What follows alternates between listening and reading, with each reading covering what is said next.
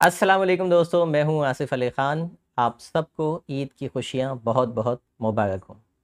चाँद जो है वो हर जगह पर जो है वो हर गैदरिंग के अंदर ज़ेर बहस है कि चाँद हो गया, नहीं हुआ, ईद हुई, नहीं हुई, हमें कज़ा रोज़ा रखना चाहिए, नहीं रखना चाहिए। ये इख्तलाफ होता क्यों है? देखिए, कोई भी इशू होता है ना, उससे सीखने की कोशिश कीजिए। इल्म नफ्सियात की रोशनी से अगर मैं आपको बताऊँ, तो अल्लाह रब्बुल इज़्ज़त ने हमारा ज़हन बनाया ही इस तरह से है कि हम एक चीज़ पे मुत्तफ़िक़ नहीं हो सकते। हर शख़्स का सोचने समझने का नज़रिया बिल्कुल डिफरेंट होता है।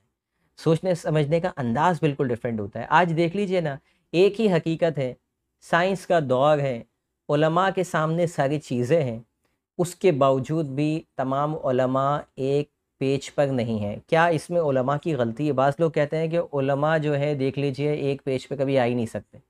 ऐसा नहीं है। हमारे दीन या दीन से हट के भी अगर हम आम ज़िंदगी की भी बात करें, तो हमें समझना ये है कि कोई भी सिचुएशन के 2 पर्सपेक्टिव होते हैं। यानी कोई भी सिचुएशन होगी ना, कोई भी फैक्ट होगा, कोई भी हकीकत होगी, उसको देखने के 2 अलग नज़रियात होंगे। ये ज़रूरी नहीं है कि एक नज़रिया ठीक है और दूसरा नज़रिया गलत। हम ज़िंदगी में बहुत सारी जगहों पर अपने आप को सही मानते हैं और सामने वाले को गलत मानते हैं। जबकि अगर हम उसके नज़रिए से सोचना शुरू कर दें, उसकी जगह पर जाके सोचना शुरू कर दें, तो हमें पता चलता है कि हाँ, इस जगह से अगर देखा जाए तो ये जो समझ रहा है वो बिल्कुल ठीक है। इतने बड़े-बड़े उलमा का इख्तलाफ है, साइंस का दौर है, लेकिन ये इख्तलाफ इतना बढ़ गया है कि एक ही मकातिब फ़िक्र के, एक ही जो है वो फ़िक़्ह के लोग भी आपस में एक पेज पर नहीं हैं। मतलब एक एक ही फ़िक़्ह के, अगर हनफ़ी फ़िक़्ह की बात की जाए तो हनफ़ी आधे कह रहे हैं रोज़ा रखना है, आधे कह रहे हैं नहीं, रोज़ा रखने की ज़रूरत नहीं। मेरे हिसाब से दोनों सही हैं। उसकी वजह ये है कि दीन में इतनी गुंजाइश है कि इख्तलाफ को दीन बर्दाश्त कर सकता है। दीन में इतनी गुंजाइश होती है। जो सूरतें और जो अहादीस पढ़कर एक शख्स कह रहा है कि रोज़ा नहीं हुआ, वही अहादीस, वही सूरतें ये भी बता रही हैं कि रोज़ा रखने की ज़रूरत नहीं है। डिपेंड ये करता है कि आप किसको फ़ॉलो कर रहे हो। एक बात तो ये है कि इख्तलाफ किसी भी चीज़ का हुस्न होता है। हमें ये सीखना है कि हम ज़िंदगी में हमारे दोस्तों से इख्तलाफ होते हैं, हमारे रिश्तेदारों से इख्तलाफ होते हैं, हमारे ऑफ़िस में जहाँ हम काम करते हैं वहाँ इख्तलाफ़ात होते हैं। आज से ये बात समझ लीजिए, ये एग्ज़ाम्पल है आप लोगों के लिए चाँद का मामला, कि बड़े-बड़े उलमा एक ही वाक़ये को लेके किस तरह जो है वो इख्तलाफ रखते हैं। तो इख्तलाफ हुस्न है किसी भी चीज़ का, हमें सिर्फ़ जगह चेंज करनी होती है, हमें दूसरे के नज़रिए से देखना होता है। अगर हम उसके नज़रिए पे चले जाएँ तो हमें चीज़ें समझ में आने लगती हैं कि हाँ, अगर मैं रोज़ा रख लूँ तो भी मेरे लिए कोई मसला नहीं है, और अगर मैं रोज़ा ना रखूँ तब भी मुझ पर कोई गुनाह नहीं है। उसकी वजह ये है कि जो काज़ी होता है, अगर उसका फ़ैसला सही है, तो उसको 2 नेकियां मिलती हैं, 2 अजर उसको मिलते हैं, और उसका फ़ैसला अगर गलत साबित होता है, तब भी उस पे गुनाह नहीं आता, उसको तब भी 1 नेकी अल्लाह रब्बुल इज़्ज़त देता है, उसके मकाम के हिसाब से, कि इस मनसब के ऊपर गलतियाँ हो सकती हैं।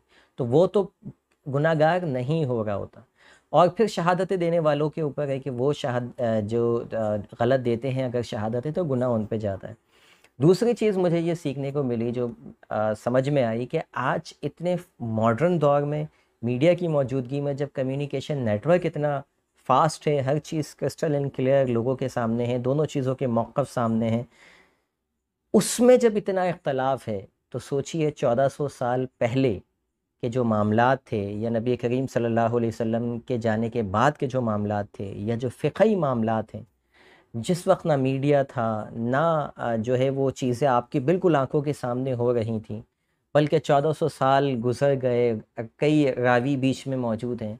तो सोचिए उसमें कितना इख्तलाफ होगा, या उसमें कितने मसाइल ऐसे होंगे जो इख्तलाफ के बाइस बन सकते होंगे। तो हम बड़ी आसानी से कह देते हैं कि उलमा ने झगड़े फैलाए हुए हैं और उलमा जो है एक पेज पर नहीं है, ऐसा नहीं है।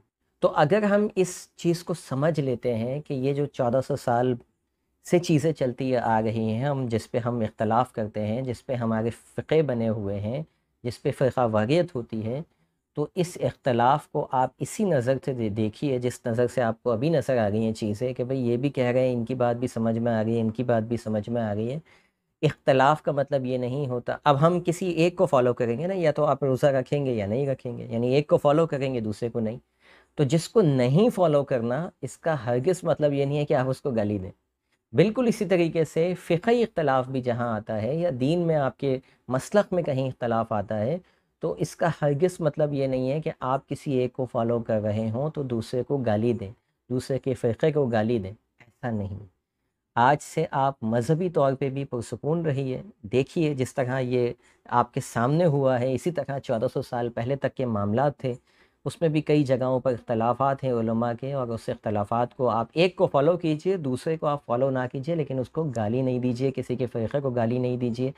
फ़िरक़ा वारियत की बुनियाद पर किसी से नफ़रतें नहीं रखिए। ईद का मौका है, अगर आपने रखी हुई हैं इस बुनियाद पर नफ़रत, तो उस नफ़रत को ख़त्म कीजिए और सामने वाले को जो उसको समझ में आ रहा है, जो उसको फ़िक़ही मामलात फ़िक़्ह के उसूल समझ में आ रहे हैं, उसको उसके हिसाब से उसको फ़ॉलो करने दीजिए। बाकी अल्लाह रब्बुल इज़्ज़त के ऊपर है, आख़िरत में वो हमारे तक़वा देखेगा, वो हमारी छोटी-छोटी चीज़ें नहीं देखेगा कि हम कितना तक़वा वाले थे, हमने कितने अच्छे अख़लाक़ रखे लोगों के साथ।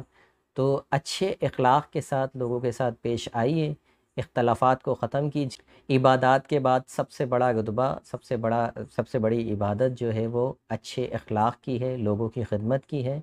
लोगों से इख्तलाफ़ रखिए लेकिन मोहब्बत के साथ।